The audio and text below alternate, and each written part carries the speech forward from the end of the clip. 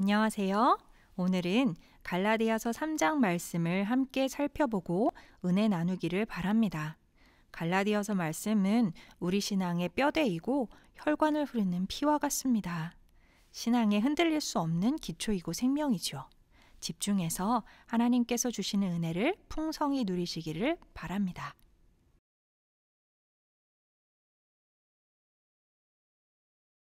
우리는 예수님이 이루신 일을 깊이 이해함으로써 누가 하나님의 언약 백성이 될 수 있고 그 새로운 가족의 일원으로 산다는 것이 어떤 의미인지 중대한 깨달음을 얻을 수 있습니다. 바울은 먼저 창세기의 아브라함 이야기를 인용하면서 그가 어떻게 오직 믿음으로 하나님께 의롭다 여김을 받았는지 들려줍니다. 언젠가 모든 민족이 그와 그의 자손을 통해 하나님의 복을 받을 것이라 하신 하나님의 약속을 신뢰했기 때문입니다. 하나님의 목적은 믿음의 근거에 그분의 백성이 된 사람들로 큰 다민족 가족을 이루는 것이었습니다. 율법을 통해서가 아니라 말이죠. 그런데 중요한 의문이 생깁니다. 그럼 왜 하나님은 이스라엘 민족에게 율법을 주신 걸까요? 바울은 율법이 하나님께서 아브라함에게 약속을 주신 훨씬 이후에 시내산에서 이스라엘에게 주어졌다는 사실을 주목합니다. 그리고 토라를 주의 깊게 읽어보면 알겠지만 하나님의 의도는 언제나 율법을 일시적인 방편으로 사용하시는 것이었습니다. 율법은 부정적인 역할과 긍정적인 역할을 모두 갖고 있었습니다. 부정적으로는 마치 이스라엘의 죄를 살피는 돋보기 같아서 이스라엘이 끊임없이 하나님을 거역하는 죄악된 인간이라는 그 실태를 폭로했습니다. 율법은 선한 것이지만 결국 이스라엘과 온 인류의 유죄를 선고할 수밖에 없었습니다. 바울의 말을 빌리자면 율법은 모든 사람을 죄 아래 가두었습니다. 하지만 긍정적인 역할도 했습니다. 율법은 약속하신 아브라함의 자손인 메시아가 오실 때까지 이스라엘이 바른 길을 가게 하는 엄격한 선생님과 같았습니다.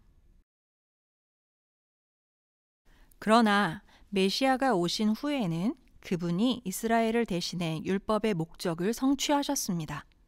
예수님은 진정으로 하나님과 이웃을 사랑하신 신실한 사람이셨습니다. 또한 이스라엘의 왕으로서 그들의 죄로 인한 형벌과 실패의 결과를 다 짊어지고 죽으심으로 구원을 베푸셨습니다.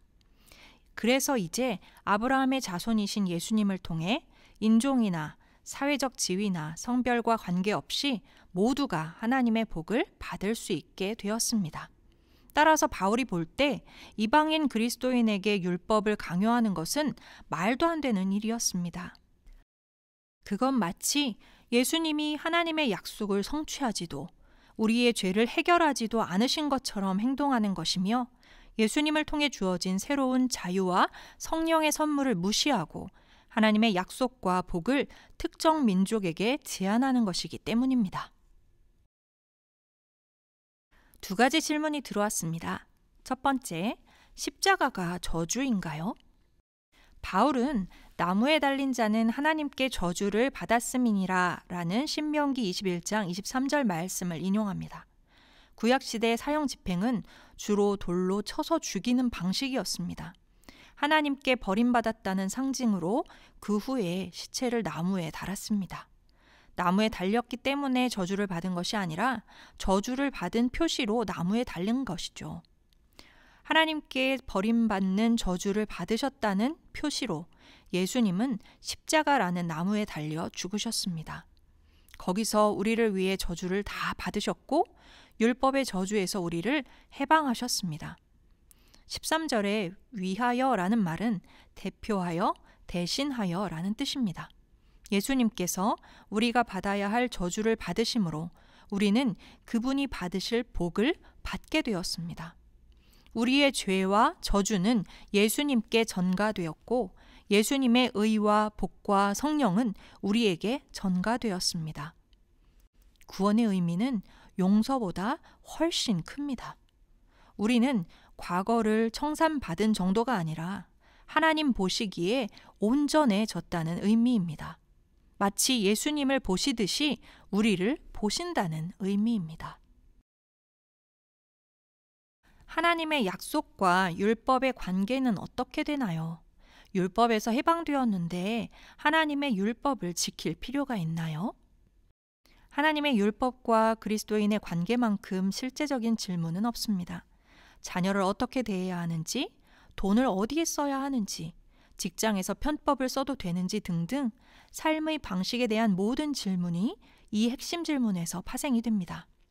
하나님의 율법은 그리스도인인 나와 어떤 관계가 있나요? 우선 바울은 율법의 역할이 아닌 것을 먼저 강조합니다. 인간의 계약도 구속력이 있어서 무효로 하기 어렵습니다. 특별히 유언은 더더욱 그렇습니다. 적법하게 정식으로 작성된 유언은 아무리 상황이 변해도 구속력을 갖습니다. 하나님의 약속도 마찬가지입니다. 모세의 율법은 하나님께서 아브라함에게 구원을 약속하시고 430년 후에 생겨났습니다. 율법이 생겨났어도 하나님의 약속의 성격은 달라질 수 없습니다. 아브라함이 하나님께 약속하신 복을 받을 줄 어떻게 합니까? 라고 물었을 때 하나님은 암소와 암염소, 수량과 산비둘기, 집비둘기를 가져와서 중간을 쪼개고 그 쪼갠 것을 마주대하여 놓으라고 하십니다. 당시에 그것은 언약에 사인을 하는 방식이었습니다. 언약 체결자들이 쪼갠 짐승 사이로 지나가는 것이죠. 내가 이 언약을 어긴다면 이렇게 죽어도 마땅하다라는 의미입니다. 그런데 하나님과 아브라함의 언약에서 아브라함은 쪼갠 고기 사이로 지나가지 않습니다. 하나님만 그 사이로 지나십니다. 하나님의 언약은 조금도 아브라함에게 의존하지 않습니다. 오직 하나님께만 달려 있습니다. 그래서 하나님은 이 땅에 친히 오셔서 약속을 지키셨습니다. 바울은 하나님이 자기 백성에게 복을 약속하셨는데 이 복을 얻거나 유지하려면 율법을 지켜야 한다는 오해를 바로잡고 있습니다. 처음 은혜로 제시된 값없는 약속은 계속 은혜여야지 그렇지 않다면 더는 약속이 아닙니다. 행위에 근거하는 순간 더는 값없는 선물이 아닌 게 됩니다. 복의 원천은 약속이고 율법은 약속을 폐기하지 못합니다. 율법은 우리에게 구원을 말해주러 온 것이 아니라 죄를 말해주러 왔습니다. 율법의 주 목적은 우리의 문제를 보여주고 우리 자신에게 해답이 없음을 입증하는 데 있습니다. 율법이 말하듯이 우리는 하나님의 뜻에 못 미치는 정도가 아니라 완전히 구제불능입니다. 따라서 더 잘하려고 안간힘 쓰는 것이 아니라 누군가 우리를 건져주어야 한다는 것을 깨달아야 합니다. 율법은 우리가 의롭지 못하다는 것을 알려줄 수 있지만 우리에게 의로워지는 능력을 줄 수는 없습니다. 율법을 통해 자신의 실상을 보지 않고는 복음의 진가를 깨닫지 못한다. 칠흑같이 까만 밤하늘에만 별이 보이듯이 복음도 어두운 죄와 심판을 배경으로 할 때 빛을 발한다. 율법은 가정교사로 장차 성인이자 자유인으로 살아가도록 아이를 준비시키는 것과 같습니다. 율법은 우리가 그리스도를 만날 때까지 우리의 초등교사입니다. 아이가 자라 성인이 되면 부모나 교사의 가르침을 모두 버리고 완전히 다르게 사나요? 이상적인 경우라면 기본 가치관이 이미 내면화되어서 이전의 가르침을 따라 살되 스스로 원해서 그렇게 행합니다. 율법은 우리의 실상을 보여주고 그리하여 결국 그리스도의 실상을 가리켜 보입니다. 주님이 우리를 위해 율법을 지키셨고 우리를 대신하여 죽으셨기에 우리는 약속된 복을 받습니다. 율법 덕분에 우리는 예수님을 사랑할 수 있고 감사의 마음으로 순종하여 우리의 사랑을 표현할 수 있습니다.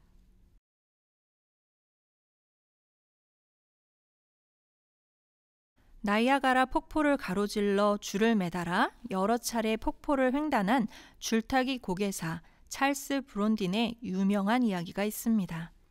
그는 나이아가라 폭포를 가로지른 줄에서 여러 가지 묘기를 보였습니다.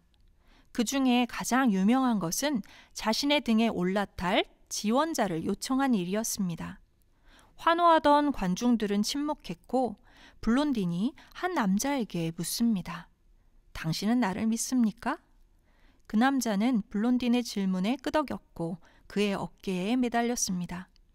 그리고 두 사람은 하나가 되어 나이아가라 폭포를 가로질러 갑니다. 그런데 만약 중간쯤에서 그 사람이 블론딘에게 이렇게 말한다면 어떨까요? 잠깐만요. 더 이상 당신을 못 믿겠습니다. 나머지는 혼자 가는 편이 낫겠어요. 그를 업고 있던 블론딘뿐만 아니라 모든 사람이 말도 안 되는 일이라고 생각할 것입니다. 제정신이 아니구나. 어떻게 자기 혼자 건너겠다는 거야? 우리는 복음으로 구원받을 뿐 아니라 복음으로 성장합니다. 바울은 시작만 믿음으로 하고 성장 과정은 행위로 한다고 말하지 않습니다. 칭의만 아니라 성화의 과정도 그리스도를 믿음으로 말미암습니다. 우리는 평생 복음을 떠날 수 없습니다. 너희가 이같이 어리석으냐? 성령으로 시작하였다가 이제는 육체로 마치겠느냐? 여기서 육체로 번역된 사르키는 복음을 기억하거나 믿지 않고 자신을 믿어 완성을 이루려는 노력을 의미합니다. 우리가 순종하지 못하고 그리스도의 성품을 담지 못하는 것은 단지 의지력이 부족해서가 아닙니다. 더 열심히 해서는 이런 실패를 해결할 수 없습니다. 더 열심히 하겠다는 것은 어차피 자력으로 율법을 지키겠다는 결심에 불과하기 때문입니다. 모든 불순종의 뿌리는 행위를 통한 의로 자신의 삶을 통제하려는 우리의 고질적인 습성에 있습니다. 그리스도인답게 성장하려면 처음 그리스도인이 될 때와 똑같이 계속 회개하며 그런 습성을 뿌리 뽑아야 합니다. 우리를 위해 그리스도께서 이루신 구원의 일을 밝히 보고 자꾸 되새기고 자신을 믿어 자아를 완성하려는 노력을 버려야 합니다. 십자가에 못 박히신 주님의 복음으로 번번이 되돌아가야 합니다. 그래야 예수님께서 이루신 일과 그분 안에서 받은 우리의 새로운 실체에 우리의 마음이 더 깊이 사로잡히게 됩니다. 구원의 믿음은 단지 신의 존재를 믿는 것이 아니라 복음의 약속을 믿는 것입니다. 나의 행위가 아닌 하나님의 공급을 믿는 것입니다. 무엇으로 살든 그것이 실상 우리 삶의 핵심입니다. 나는 무엇으로 사는가? 내 삶의 기초는 무엇인가? 그것만 잃으면 내 삶이 남지 않을 것처럼 느껴지는 그것은 무엇인가? 이 질문을 통해서 내 삶의 기반을 살펴보시기 바랍니다. 복음은 내가 다른 누구나 무엇이기 이전에 그리스도인이라는 뜻입니다. 우리는 하나님께서 은혜로 허락하신 복음으로 인해 하나님의 자녀가 되었고, 그러므로 남을 시기하거나 업신여길 수 없는 존귀한 자들입니다. 이 복음에 아무 기여한 바가 없기 때문에 우리는 한없이 겸손할 수밖에 없습니다. 이 복음이 여러분의 삶의 기반이 되고 기초가 되기를 소망합니다.